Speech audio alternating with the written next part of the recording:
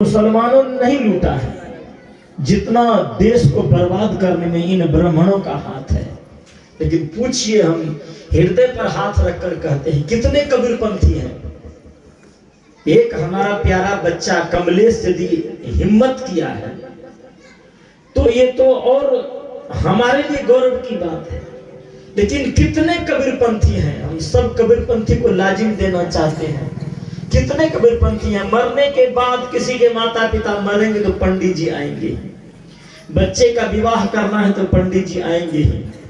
50 लाख से अधिक कबीरपंथी है, यदि संकल्प ले लेगा, संकल्प ही नहीं। हाँ, एक ब्राह्मण को छोड़ता है तो दूसरा ब्राह्मणवाद चालू हो जाता है। किसको समझाएंगे? यदि कमलेश बाबू के पिता के मरने के बाद ब्राह्मण को नहीं बुलाए, श्राद्ध नहीं करवाए, क्यों? मृत्यु तक शरीर का जला देना, मिट्टी में दे देना, पानी में फेंक देना, ये अंतिम संस्कार है। और उस पर मैं भी बोल दिया हूं, जलाने में और मिट्टी में देने में क्या अंतर है, उस पर नहीं दोहराऊंगा। शरीर को जला देना आपका अंतिम संस्कार हो गया, तो उसके बाद श्राद्ध नहीं कर देंगे, क्योंकि पंडित जी के पास कोई जवाब नहीं है। रामायण कहती है, जब पंडित जी होते तो हम प्रश्न करते, पर रामायण कहती है कि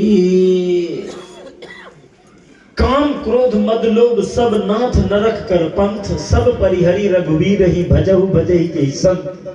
काम क्रोध और लोभ मद लोभ सब मतलब वगैरह वगैरह, ये नरक में जाने के मार्ग है। ऐसे सब को छोड़ करके जो आत्म कल्याण करता है उस व्यक्ति को मुक्ति मिलती है। कहीं काम से, क्रोध से, लोभ से ग्रसित होकर आत्मा शरीर छोड़ता है तो उसको नरक में जाना पड़ेगा। ये रामायण प्रमाणित करती है। गीता कहती है कि काम और क्रोध और लोभ ये तीनों नरक के मार्ग हैं। गीता भी प्रमाणित करती है, रामायण भी प्रमाणित करती है। पंडित जी से पूछिए, कल हम पूछे थे कि काम क्रोध लोभ से ग्रसित होकर यदि हम शरीर छूटे हैं तो रामायण और गीता दोनों के अनुसार हमको नरक जाना पड़ेगा। अब पंडित जी आकर के श्राद्ध करवा करके मुक्ति दे देंगे तो पहले रामायण को जला दीजिए, गीता को जला दीजिए। अब दोनों का समर्थन करते हैं तो पंडित जी का बहिष्कार कर दीजिए। पंडित जी से पूछते क्यों नहीं है कि श्राद्ध क्यों करवाएंगे? कमलेश जी के पास कोई विरोध नहीं आया, हम तो उस विरोध को झेले हैं। भागलपुर जिले में उधर पीरपैती तरफ है कुछ गांव, वहां बुलाया गया गुरुदेव जी को, हम भी साथ में थे। कहा आने दीजिए, महात्मा की गाड़ी को पत्थर मार करके फोड़ देंगे उनकी गाड़ी को। जब गए 2 दिन तक, जब एक दिन प्रवचन हुआ, जितने ब्राह्मण विरोध में थे सब सामने आकर बैठे। हम ब्राह्मण का विरोध नहीं करते हैं, ठीक से समझ लीजिए, ब्राह्मणवाद का विरोध करते हैं। ब्राह्मण को मारकर क्या करिएगा? ब्राह्मण तो कबीर साहब ने कहा, ब्राह्मण वही जो ब्रह्म को चिन्ह है, जो ब्रह्म को चिन्हता है वही ब्राह्मण है। अब आप कहिए ब्राह्मण को मार देंगे तब जीवन में बचेगा क्या? ब्राह्मण का मतलब जो ब्रह्म को जानने वाला है वो ब्राह्मण है। क्षत्रिय मतलब जो रक्षा करता है। अभी हमारे देश की रक्षा करने वाले बॉर्डर पर तैयार है, चाहे जिस किसी जाति के हो। आर्मी बन जाता है तो उसको क्या कहते हैं? आर्मी का जवान कहते हैं कि नहीं? उसी तरह से जो रक्षा करने वाला व्यक्ति होता था उसको क्या कहते थे? क्षत्रिय कहते थे।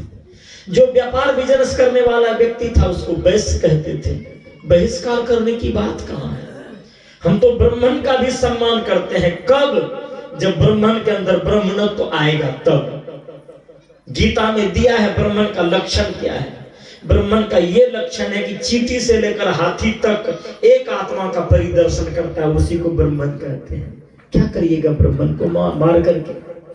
हाँ, ब्राह्मण यदि चींटी से हाथी तक एक ही आत्मा का परिदर्शन करता है तो वो तो पूज्य है, जैसे संत गुरुजन है। यदि इनके अंदर वो दया आ गई, करुणा आ गई तो ये ब्राह्मण बन गए। अब ब्राह्मण को ही मार देंगे तो बचेगा क्या? तब समाज की व्यवस्था बिगड़ जाएगी। इसलिए ब्राह्मण मतलब जो ज्ञानी पुरुष हैं, जो ब्रह्म को जानने वाले व्यक्ति हैं, उनका सम्मान करिए। क्षत्रिय मतलब जो देश की रक्षा करने वाला है, उस क्षत्रिय का सम्मान करिए। क्षत्रिय अपने आप को कहता है सिंह और डरता है चूहा से। डर जाएगा बिल्ली से।